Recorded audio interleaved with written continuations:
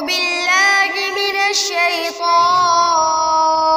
الرجيم.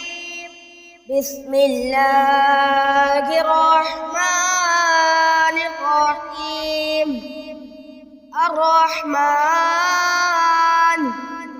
علم القرآن خلق الإنسان علمه البيان. الشمس والقمر بحسبان والنجم والشجر يسجدان. والسماء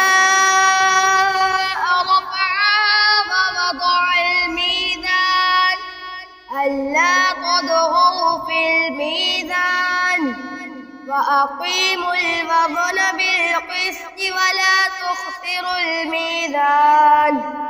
والأرض وضعها للأنام فيها فاكهة والنخل ذات الأكمام والحب ذو العصف والريحان. فبأي آلاء